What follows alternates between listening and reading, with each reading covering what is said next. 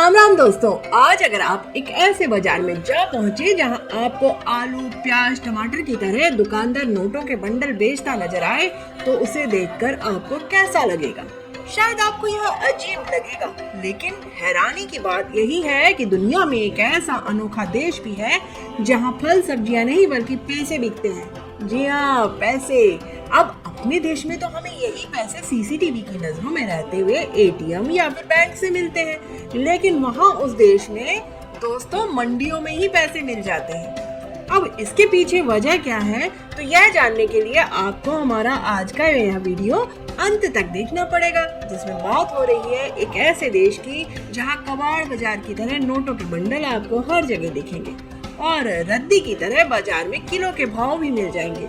बस उसे ढोने के लिए आपके पास एक अदद ठेला गाड़ी होनी चाहिए, क्योंकि उस देश के निवासी भी नोटों के बंडल ढोने के लिए ठेला गाड़ी का ही इस्तेमाल करते हैं।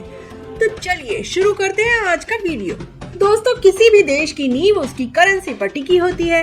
यही वजह है कि दुनिया के लगभग सभी देश अपने नोटों और सिक्कों को बड़ी हिफाजत के साथ बैंकों के लॉकर में रखते हैं। सिक्योरिटी का एक बड़ा तामझाम उसके लिए लगाया जाता है, लेकिन दुनिया में एक जगह ऐसी भी है जिसका नाम है सोमालीलैंड, जहां पैसा बंडल की शक्ल में शहर के सड़कों पर रद्दी की तरह पड़ा रहता है, और वह भी बिना किसी हिफाजत के।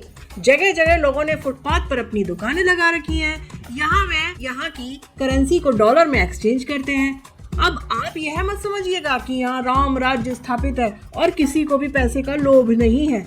अब ऐसा क्यों है? इसके लिए हमें इस देश के इतिहास को जानना पड़ेगा, जिसके कोई 3 दशक पहले के समय में आपको हम लिए चलते हैं। तो दोस्तों, वह वक्त था साल 1991 का, जब उत्तरी अमेरिका में अदन की खाड़ी के पास मौजूद सोमालीलैंड सोमालिया से अलग होकर वजूद में आया। तब सोमालिया में अफरा तफरी का आलम था, मिलिशिया की बंदूकों का जंगल राज था और अलग अलग कबीलों की आपसी लड़ाई गृह युद्ध में बदल गई थी। दुनिया सोमालिया को ये समझकर भूल गई कि अब इस देश को टूटने से कोई नहीं बचा सकता। सरकार की अनुपस्थिति में अल शबाब नामक चरमपंथी संगठन उभरा, जिसने पूरे देश में दहशत मचा दी। उथल पुथल के दौरान सेंट्रल बैंक ऑफ सोमालिया भी बंद हो गया। खैर, अलग हुए भूभाग को यहाँ के लोगों ने अपना देश तो मान लिया, लेकिन दिक्कत यह हुई कि किसी भी दूसरे देश ने इसे मान्यता नहीं दी, और यकीन मानिए अभी तक भी इसे मान्यता नहीं मिली है। हालांकि यहाँ की जनता खुद मुख्तार जमहूरियत का दावा करती है, मगर हैसियत में बेहद गरीब है, क्योंकि यहाँ न कोई सरकारी व्यवस्था लागू है और न ही यहाँ के लोगों के लिए कोई रोजगार का साधन है। वैसे यहाँ भारी मात्रा में ऊंटों का निर्यात होता है, जो देश के लोगों को सुकून से आराम से जिंदगी जीने के लिए काफी नहीं है। यहाँ का ज्यादातर हिस्सा रेत की चादर से ढका रहता है। वहीं पानी की कमी की वजह से इलाके में सूखा पड़ जाना आम बात है। इसी का नतीजा है सोमालीलैंड में गरीबी का स्तर बहुत भयंकर है, और यहाँ की करेंसी का नाम है सोमालीलैंड शिलिंग, जिसकी वैल्यू चूरन में मिलने वाले नोट जितनी है। मगर यहाँ फिर भी सोमालीलैंड शिलिंग के 500 और 1000 के नोट ही चलते हैं। बताया जाता है कि एक अमेरिकन डॉलर के बदले 8500 से लेकर 9000 सोमालीलैंड शिलिंग के नोट मिल जाते हैं। वहीं अगर कोई $10 दे दे तो उसको नोटों की वैल्यू के हिसाब से नहीं, बल्कि किलो के हिसाब से शिलिंग दिए जाते हैं। वह भी 1-2 किलो नहीं, पूरे 50 किलो सोमालीलैंड शिलिंग। वहीं यहाँ अगर किसी को सिगरेट की तलब लग जाए और उसे एक सिगरेट खरीदनी हो, तो उसे हमारे यहाँ की तरह 10 या 20 या 22 रुपए नहीं, बल्कि पूरे 50 या फिर 1000 शिलिंग का नोट देना पड़ता है। वही थैला भर सब्जी खरीदने के लिए थैला भर नोटों की जरूरत होती है, और अगर किसी को गलती से कोई कीमती गहना खरीदना हो तो उसे शिलिंग से भरा ब्रीफकेस नहीं, बल्कि ठेला गाड़ी से रुपए दुकान तक ले जाना पड़ता है।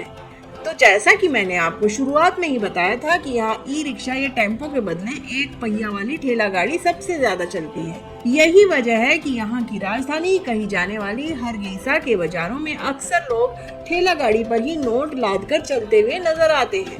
वैसे इस देश की एक खासियत भी है, यहाँ लगने वाली पैसों की मंडी सभी के लिए जहाँ कौतूहल बनी हुई है, तो वहीं यहाँ के लोग कैशलेस होने की दिशा में सबसे आगे चल रहे हैं, जिसके पीछे की वजह है यहाँ की करेंसी का डिवैल्यूएशन होना, और करेंसी के रद्दी में तब्दील होने की वजह से लोग पेमेंट कैशलेस करने में ही भलाई समझते हैं। वह छोटी से छोटी और बड़ी से बड़ी चीज के लिए मोबाइल पेमेंट का ही इस्तेमाल करते हैं, क्योंकि यहाँ ना तो क्रेडिट कार्ड का ज्यादा चलन है और ना ही डेबिट कार्ड का, इसलिए यहाँ फोन की व्यवस्था जिंदाबाद है। वैसे क्रेडिट और डेबिट कार्ड से याद आया कि 1994 में सोमालीलैंड की स्वतंत्रता के 3 साल बाद बैंक ऑफ सोमालीलैंड की स्थापना हुई थी, जिसकी देश के अधिकांश शहरों और कस्बों में शाखाएं हैं। लेकिन इस देश में एक भी अंतर्राष्ट्रीय मान्यता प्राप्त बैंक नहीं है। ऐसे में आपको यहाँ भिखारी भी बहुत हाईटेक नजर आएगा, क्योंकि वह भी अपना लेन देन मोबाइल से ही करता दिखाई देगा। वैसे सबके कैशलेस हो जाने की वजह यह भी हो सकती है कि कौन छोटी मोटी खरीदारियों के लिए झोला भर नोट ढूंढता फिरे। वैसे भी घाना, तंजानिया, युगांडा में भी मोबाइल बैंकिंग की क्रांति आ गई है। इसी तरह केन्या में भी बड़ी तादाद में लोग M-पैसा के जरिए भुगतान कर रहे हैं, तो सोमालिया ने भी इसी राह पर चलना उचित समझा। इसलिए यहाँ आम और खास सभी कैशलेस होना पसंद कर रहे हैं, फिर चाहे फुटपाथ पर सब्जी और फल बेचने वाला हो या फिर बड़ी बड़ी चमचमाती परचून और बाकी सामान वाली दुकानें हो।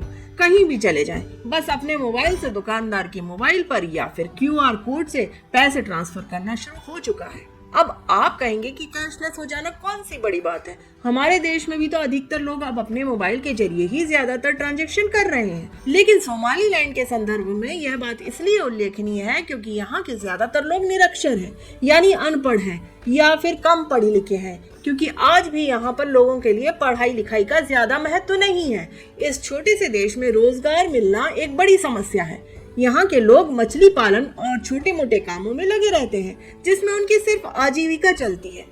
हाँ, यह देश अपने टूरिज्म सेक्टर पर ही अधिक निर्भर है। बताया जाता है कि सोमालिया में बीचेस और काफी रहस्यमयी गुफाएं और जंगल हैं, जिस पर शोध चलता रहता है और शोध से जुड़े हुए लोग आए दिन यहाँ आते जाते रहते हैं। यहाँ के लास कील के उत्तर पश्चिमी सोमालिया में गुफाओं और चट्टानों के आश्रय का एक परिसर है। उनकी चट्टान कला के लिए प्रसिद्ध गुफाएं यहाँ की राजधानी हरगेसा के बाहरी इलाके में एक ग्रामीण इलाके में स्थित हैं। तो चलिए दोस्तों, सोमालीलैंड की पैसों की मंडी की जानकारी देने वाला यह वीडियो यहीं खत्म होता है। उम्मीद है आपको यह पसंद आया होगा। आप हमें अपने जेन्युइन रिव्यू हमें कमेंट करके बता सकते हैं।